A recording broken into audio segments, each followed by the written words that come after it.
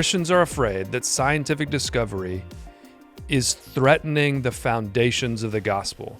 It's easiest to see that come to bear in the conversation about creation, right? If evolution is the means of creation, that means the creation stories we read in the scripture must not be true. And if that's not true, then what else is not true about the Bible? If we can't trust the Bible, we don't have a faith.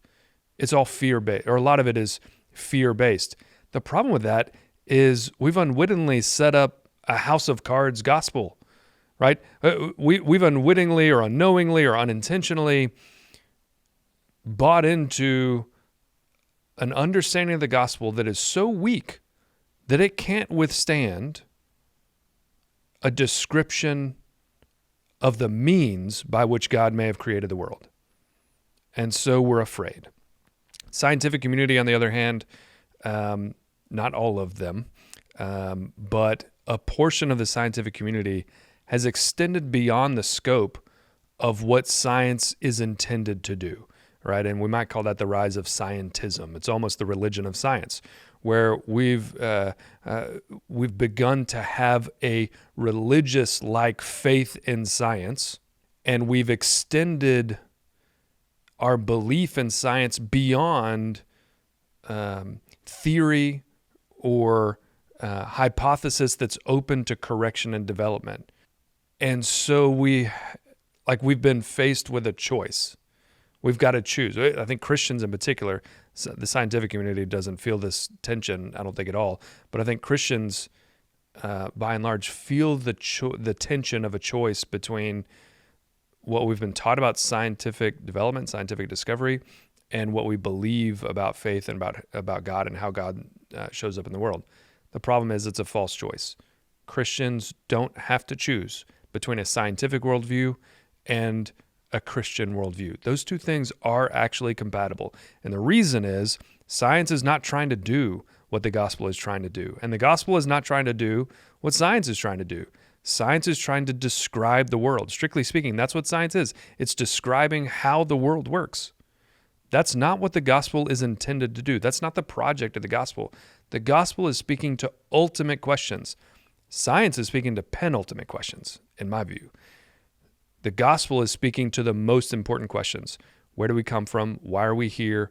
Who created us? What is our purpose? What is our value? Those are questions that science cannot answer. And that's not a criticism of science. It's just acknowledging the limitations of the scope of the scientific project. Science describes how, the gospel describes why. That's why Christians, ultimately, we don't need to be afraid of scientific discovery, because all it does is point to the Creator. It points to a God who created order out of chaos. That's a good thing. Scientific discovery is a good thing. It's good for us as followers of Jesus to know more about the world that God created. We don't have to be threatened by that discovery. We can actually be encouraged by it. It's good to know that even at a genetic level, even at a molecular level, God is creating in order. Right? This is what DNA is. It's a demonstration of the orderliness of God's own creation. I love that. Is this like a uniquely American Western culture dichotomy that's been created between, like, you either believe science or you have faith? You can't really have both. Or is this kind of like a universal thing, do you think? I think Americans do struggle with this more than the rest of the West. Let me say that.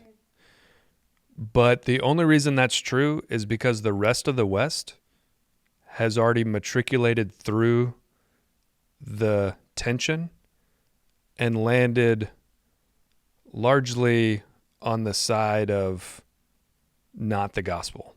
They've landed largely on a scientific, materialistic worldview that cuts out any notion of the supernatural because it can't be described, right? And if it can't be described, it doesn't fit into the scientific worldview.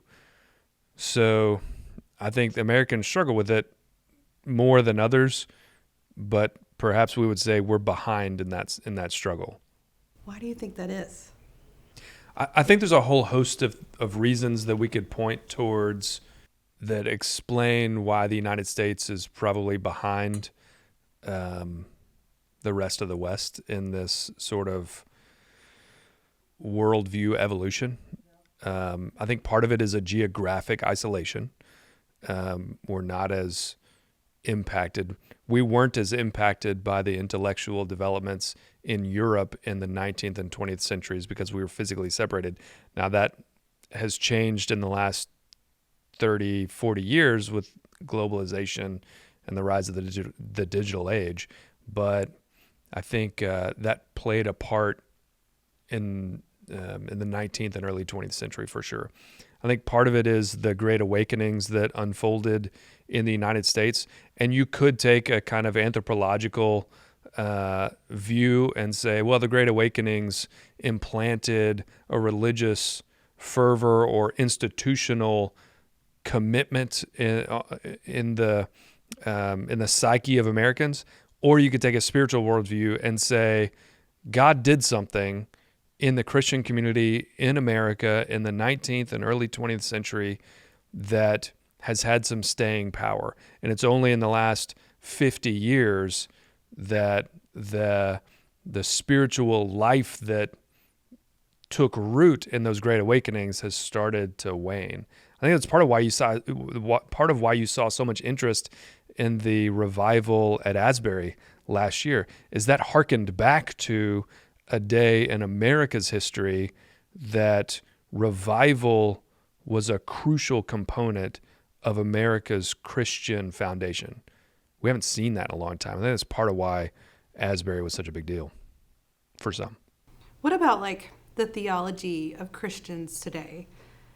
What does it say about our theology, and what do we do about it if it's kind of built on a house of cards, if science can come in and one card pulls and the whole thing falls? Yeah. I think part of the animosity between science and the gospel is our own fault. It's a failure of Christian formation because somehow we have developed a Christian subculture that is so anxious that it cannot stand up to any sort of challenge to a very narrow understanding of Scripture. Right? When you even think about questioning the literal reading of the 7-day creation, then a common response is to say, well, you don't take the authority of Scripture seriously. And I would say, well, that's ridiculous. The notion that reading Genesis 1 and 2 in a way that doesn't depend on a literal 7-day creation is challenging the authority of Scripture, I think completely misunderstands what truth with a capital T is. Chronology is not the height of truth, right? This is the difference between the history of today and the history of John's day, as in John's gospel, right? John's gospel reveals a slightly different chronology because for John, that particularly I'm thinking of the Passion story. The Passion story in John's gospel is differently ordered than Matthew, Mark, and Luke. And so that's been pointed toward as a reason to doubt the trustworthiness of Scripture. But for John, like history wasn't about chronology so much as telling the truth, capital T. Chronology took a back seat to telling the truth, capital T, about who Jesus is and what he came to do. Well, the same thing is true when it comes to reading Genesis 1 and 2.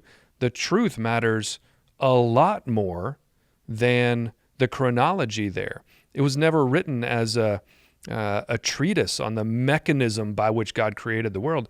It was written as a description, a revelation of who God is and who we are and how we're called to be in this world. You can't tell me that's failing to take the authority of Scripture seriously. Like there's nothing more serious than the truth, capital T. Chronology is less important. I care less about how God created the world than that God created the world. And that's what Genesis 1 tells us. God created the world. And we learn so many more important things about who God is and who we are from Genesis 1 and 2 than the mechanism of creation can tell us. How does a Christian navigate the tension between science and faith that we feel. Like, if you had to give somebody 2 or 3 steps or 2 or 3 things or 2 or 3 ways, what would you tell them? Like, how can they lessen the tension but live in it appropriately? I think we can navigate the tension between science and the gospel by doing at least 2, maybe 3 things. The first thing is to keep the main thing, right? Science can never shake the main thing in the gospel, right? The heart of the gospel is a God who created us, a God who loves us, a God who refused to stay away from us, who came for us, lived with us, died for us, and came back for us. Science cannot prove or disprove that. Keep the main thing the main thing. And that's part of shoring up the foundation of our faith. When we keep the main thing, then we can be open to new understandings of how the world works without it breaking the house of cards, because it's not a house of cards, right? It's, as Jesus describes, it's the house that's built on stone. So keep the main thing. I think the second thing that we do is we have to keep in mind the different scope of science and the scope of Christianity.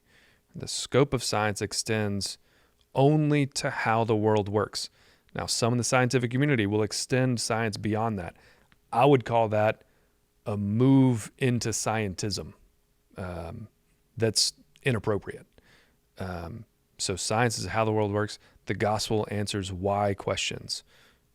And those questions are more important. So keep in mind the different questions or projects that the gospel and science are having. That keeps those conversations to a degree in their own realm. Maybe the third thing is to remember that certainty is overrated. We need to leave room for the possibility that there are answers out there in the scientific world and in the Christian world. There are answers out there that we don't yet know or understand. And so we bring a humility to the conversation that certainty won't allow, right? A worldview or a perspective in which certainty dominates is ultimately bound toward arrogance. Bring a measure of humility to the conversation that says, I might not know. Keep the main thing, right? Remember the scope of each project and bring some humility to the conversation.